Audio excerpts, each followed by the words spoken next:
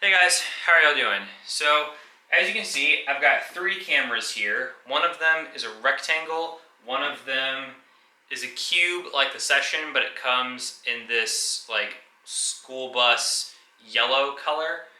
And the other one is another cube camera, except it's all black.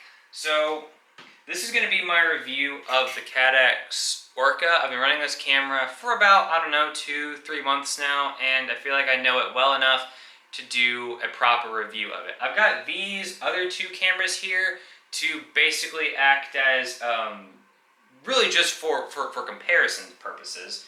I just thought I'd throw these in there just so y'all can see like how the image quality of this camera kind of stacks up in relation to, the very best action camera you can get on the market today, and one that's kind of a competitor. And before y'all start commenting, yes, I know that RunCam has released the RunCam 5 Orange.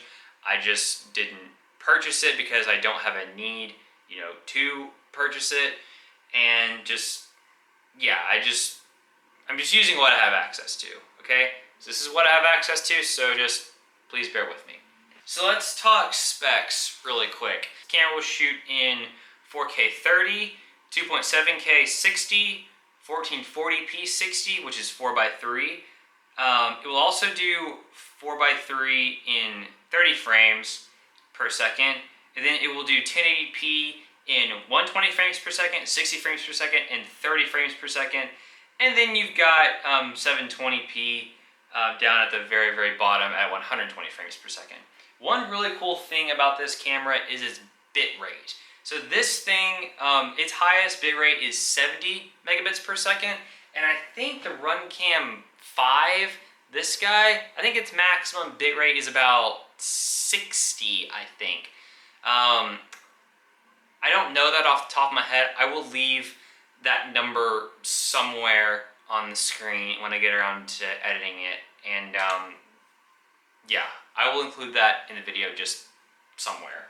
You can also adjust your ISO. It encodes in H.264 video codec. It's got a 160-degree field of view, so that's really impressive. The field of view on the Caddx is a little weird. It's a little misleading on the official documentation. There is one interesting thing on here. It says there's a waterproof option, and it says it's IP64. I don't know what that means. So at least I want to say that maybe this thing is a bit splash proof, because as you can see, I don't really see a whole lot of ways for water to get in except for this little area up here where the microphone is, and kind of right here where the SD card is. And the SD card is protected by this like rubberized little detachable door thing. So I didn't test whether or not this thing is waterproof. If you guys want to test that, you can buy your own Caddx and test this for yourself. Speaking of buying this camera comes in at a shocking $94.99 on Raceday Quads. I just have Raceday Quads pulled up right here on my phone just because they had the specs on it, and I wanted just to read them off because I didn't know quite all of them off the top of my head. This thing also has electronic image stabilization built in, and it has a distortion correction feature where it kind of takes away the fisheye at the edge of the screen. So that's it as far as specs go. One other thing I want to talk about before we get into looking at image quality is the button operation up here. So your power button here, press and hold this to turn on the camera, and when your SD card in the back is formatted, when you press and hold this button for like a couple of seconds, you'll see like a brief little like a little flash from like this little bitty LED right there. It's some other LEDs right here. And then after a second later, this will light up. The color will change depending on what image resolution you have selected, and after a few seconds this thing will start auto recording. To get it to stop auto recording, you can either just press and hold the power button right here until the camera shuts down, or you can tap this little Wi-Fi button right here to stop recording. This thing does have built-in Wi-Fi, so to access that, you just press and hold this, and then you'll see a little like orange LED start blinking right here just above where my index finger is. And when that connects to your phone, that orange LED will stay solid, and you can go into the Caddx app and just see how your shot is framed, adjust stuff like your ISO, exposure, shutter speed, etc. So that's actually kind of a one-up it has over this guy, because while this thing does have the QR codes, which is a really quick and easy way to change your settings, you can't actually see how your shot is framed. With this guy, you can, and the Wi-Fi connectivity is pretty reliable. Like it connects pretty quick. It's not really that finicky. Yeah, that's it as far as image settings and just kind of overall specs of this camera. Let's jump over to the computer and let's see how the image quality of the Caddx stacks up to these two. Alright, so now we're inside of DaVinci Resolve, and I'm just going to try and run through these as quick as I can. We're just looking at the field of view here, and we're looking at how different resolutions and different things can kind of change the field of view on the Caddx. So this right here, this is Caddx 4K, 30 frames per second, and this is how it compares to the Runcam and the GoPro. So as you can see, obviously the GoPro has the largest, field of view out of any. And so quick little note here, and I'll explain to you why I did this really quick. So this isn't exactly 4K on the GoPro. This is 2.7K, 60, but with superview enabled.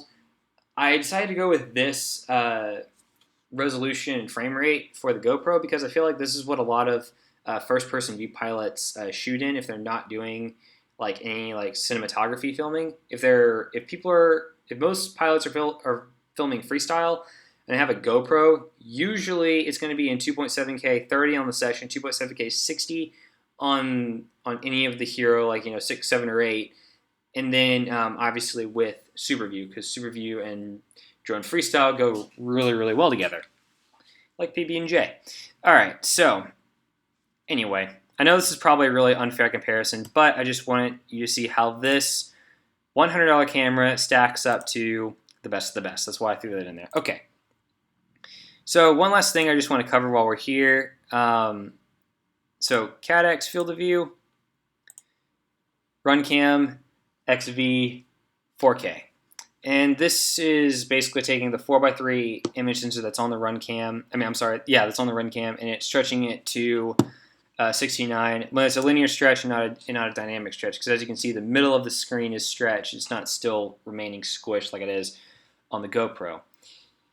Next, let's jump over to 2.7K. So this is the Caddx Orca in 2.7K 60 frames per second. Now, what's interesting is that on various websites, it says that this image resolution is actually 4x3, not 69, and yet you see it stretched to 69 is what's going on here. So in order to explain that, let me show you the Caddx Orca on 1440 resolution. That's 4x3. Do you see what's happening here? The Caddx is stretching the image linearly from 4x3 to 69. Look, the vertical and horizontal field of views don't change. It's just the image is just being stretched. So this is actually half of what GoPro's superview is, because if we look at the GoPro, see how the door isn't as stretched and it looks natural? That's because when GoPro stretches its 4x3 image to 16:9, it does it in a non-linear / dynamic way to where the center of the screen kind of remains, normal, but as you get closer to the outer edges of the screen, it becomes more stretched. GoPro has a patent on this, so other cameras can't do this non-linear stretch, but Caddx is doing the stretch linearly, because look at the door.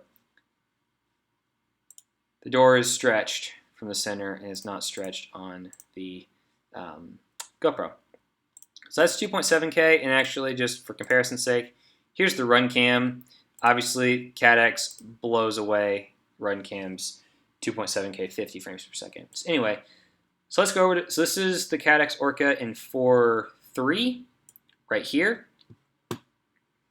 Same field of view as Caddx 2.7K, but just with no stretch applied to it. Here is the run cam, same thing, and they look pretty similar, just the Caddx and the run cam. They weren't quite lined up when I shot this. This is, well, what you're seeing right here, this is the downside of why I wasn't, like, this is the downside of having QR code on the run cam. You can't line up your shot. If I had been able to see this, what this would look like on my phone, I could have made the adjustment, but I didn't. Now, this right here, this is what I shoot in. So this is the exact same thing as the Caddx's 4.3, but this has been put through GoPro Studio. So it's, which GoPro Studio has a little function called 4:3 to wide, and that adds the non-linear stretch from 4:3 to 16:9 to basically any 4:3 footage that you put in there. I have a video on how to do this. I will link it below.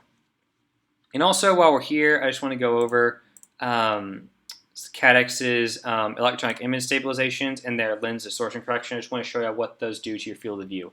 And I chose to do this on 1440 because this is like the 1440 is like the biggest, has the biggest field of view out of all the settings on the Caddx. So I figured it'd be a good comparison. So this is normal image distortion. See how it's zooming in a little bit? All right, let's turn to normal. Now this is lens distortion correction. So this kind of makes it not have that fisheye look to it. That's what this does. And you can actually combine the two, lens distortion and electronic image, but it crops it or zooms it way, way in. And last but not least, let's just compare the superview to the GoPro. It's actually not that bad. It's just the GoPro just has a much wider field of view. So, and then, well, I'll show you the run cam. Run cam, Caddx. As you can see, basically the same. And last but not least, this is 2.7K. I'm sorry, this is 1080 Caddx. 1080 run cam. And 1080 run cam XV. And this is how the Caddx compares to, whoops, superview. As you can see, major difference. Now, one thing I do want to point out here is that the Caddx in 1080, as far as the field of view goes, looks the exact same as Caddx in 1440. So, depending on what you want to shoot in, what resolution, at least on 4K and 1080, you're not losing any field of view between the two. The only time you'll lose field of view is if you're using image stabilization or lens distortion. And personally, like I said, the one that I shoot in is this. This is what I use in all my freestyle footage. Now, one thing I do want to cover really quick before we move on is kind of the color between these two. This, I can't remember exactly if this is on default Caddx settings or if this is the settings that I tweaked, but I know for a fact that the run cam, this is shot with its brightness, contrast, and saturation dropped down to its lowest setting to give like a flat color profile so I can color grade it easier in post. I do that kind of with both of them. And at the end of the video, I'll share what image options as far as, you know, contrast, saturation, and sharpness I shoot in on the Caddx. I'll share that at the end of the video. So now that we've gotten all of the in-studio stuff out of the way, let's jump over to seeing what these cameras look like on a quad. So this is what each of the cameras look like when they're strapped to a quad. And full disclosure, I don't have a rig that lets me strap multiple cameras to the same quad. So basically what I did is I flew each camera one at a time around the same kind of flight path. I tried to be as consistent as I could, and these are the results. The Caddx camera is on stock default settings for its contrast, saturation, and sharpness. The GoPro is on its flat color profile setting, and the Run Cam has its brightness, contrast, and saturation drop down to as low as it will go. The resolutions will change depending on what shows up in the center of the screen. So it'll start with 4K, then move to 2.7K, 1440 in superview settings, and then stabilized footage, and finally 1080. The Caddx camera does have image stabilization built in, so I compared it to the GoPro Hero 8's Hyper Smooth Running Boost on 4K, and then I also compared it to Real Steady Go on the Hero 8. So I'm going to stop talking now. Enjoy the footage.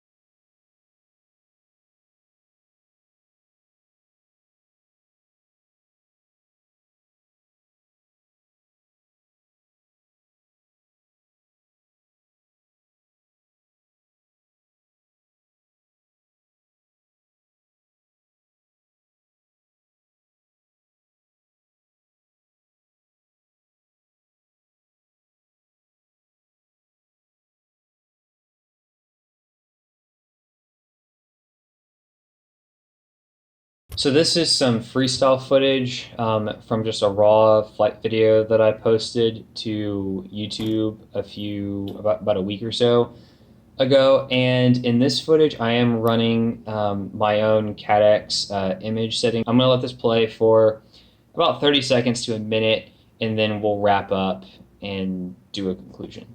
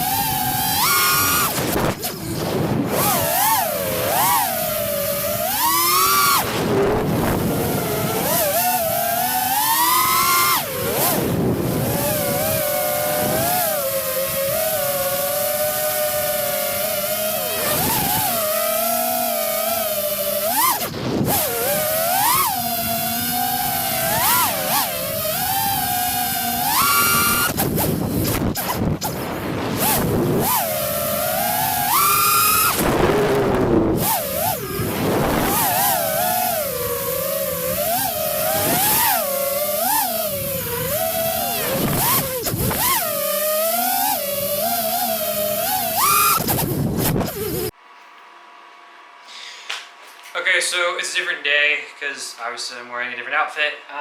Let's go ahead and talk kind of the pros and cons of running this camera. So I've got them written down here on my phone. First of all, I think this camera has a really good image quality for the weight. Obviously, if you want like an action camera that has like the best image that you could possibly get out of it, obviously that's this guy. There's no question in my mind that this produces a better image than this. But this weighs, 120 grams.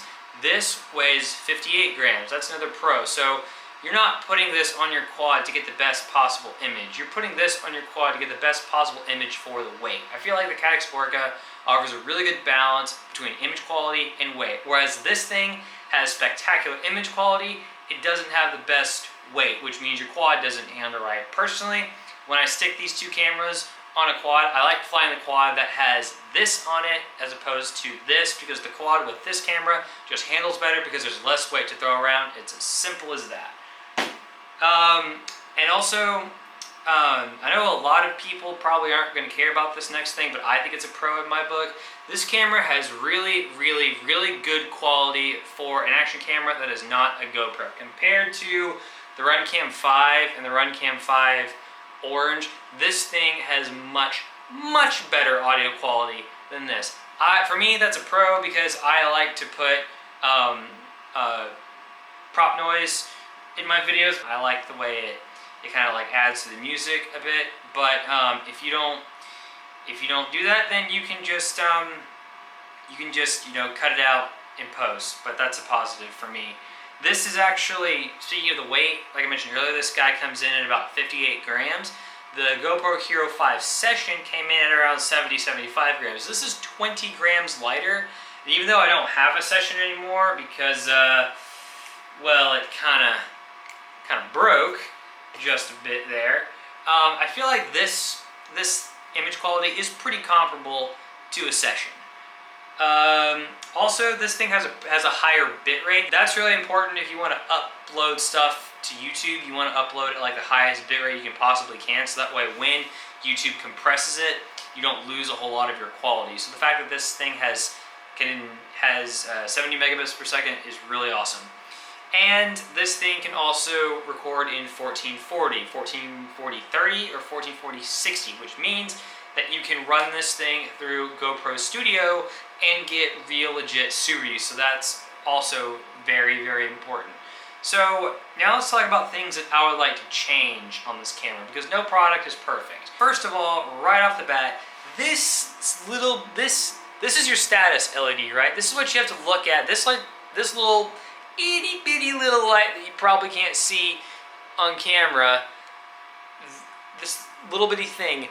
That is how you're supposed to know when you can start and stop recording. And actually, I'm really overexposed because of the sun. Like in harsh sunlight, like that, you can't see this little LED. Like it's very, very hard. Like you literally have to like cup your hand over it, kind of look at it like this, and it's just really hard to see. Let me take care of this. On both Runcam cameras, you get this big, massive LED thing. Can y'all see that? Look, I mean, I'll just turn it on for you. And also, it beeps.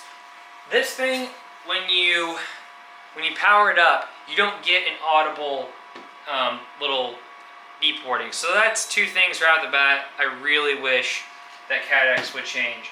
Make this thing a lot bigger, or just relocate it maybe like up top and make it, really easy to see, because like I can tell you when I run this in a Hero Session mount, I can't really see whether or not it's recording because the mount covers up. So I think relocating the LED up top, making the LED like 5 or 10 times bigger, and having it give like an audible kind of beep when it's switched on and when it switches off, and also when you start and stop recording, that would be like a really big improvement in my book. The other thing too that's kind of a pro, but also kind of not, is that when the camera is switched on and it's not recording, you can single tap the power button and cycle through some different resolutions. However, when you're doing that, you don't have access to 2.7K, and also you don't have access to 1440 resolution. In order to access those two settings, you have to go through the app on your phone.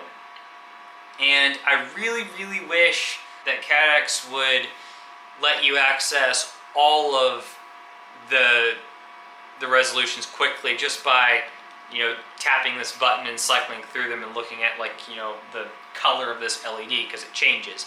Like, I think 4K is like red, 1440p is a light green, 1080 is a dark green, I think 2.7K is a blue, but they're not, again, they're not all accessible from just by looking at this LED, so that needs to change. Also, the way these buttons work was not very intuitive when I first got this camera. So, to start and stop recording, you just, when it's off, you just press and hold, release, you'll see the status LED,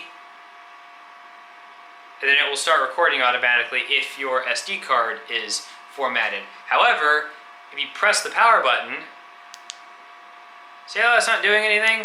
To actually start and stop recording, you have to press the Wi-Fi button, and then it will stop.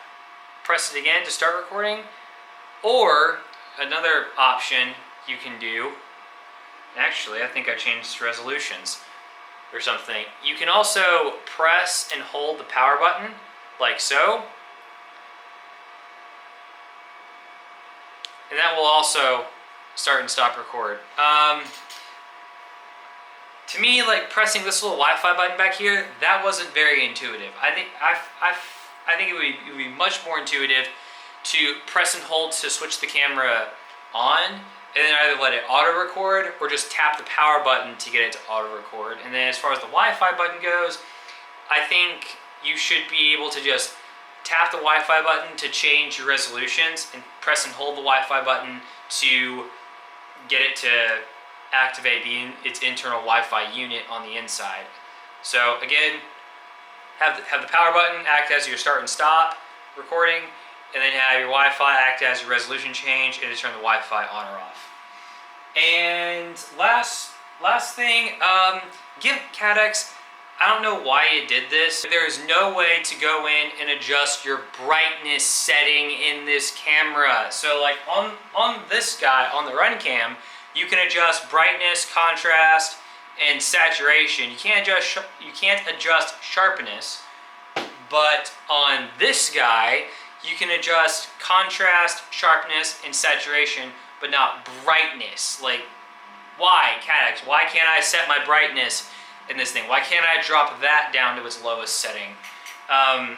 Because I shoot in a pretty flat color profile, so I can go back in and color grade this later.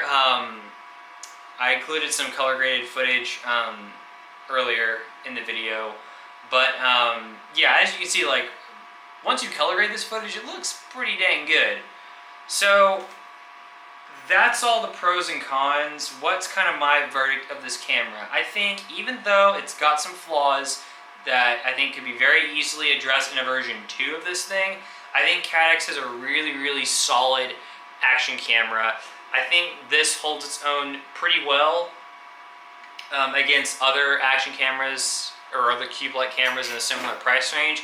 And personally, if I had the choice between the Caddx or the Run Cam, even the new Run Cam Orange, I think I would still go with the Caddx. The fact that you can get a really good image out of this thing that looks pretty dang good even when compared to a GoPro. Actually, okay, I've got a story on that. So I made a video, it was just literally, it was a flight video, one pack take, only one cut in the entire thing. A couple of people were commenting on it, and one guy said that I probably shot the footage that I had posted on something like this, on a GoPro. Well, and this guy wasn't just some random dude. Like, he does drone photography for a living. Like, that's his job. So he's got, you know, so he's around cameras all the time. If a professional can say that, like, just like at a glance, that, you know, the image that comes out of this camera is kind of similar to par to maybe a GoPro, maybe not a Hero 8, but maybe a 6 or even the Hero 5 session. I think that's very, very high praise for a little $95 action camera. So, in conclusion, if you're in the market for a cube size camera, I think the Caddx Orca is a great choice. So that's gonna do it for this video. Thank you all very much for watching. If you like this video, please leave me a like and a comment, and if you like my work, please consider subscribing. So thank you very much for watching. See you all in the next one. Bye.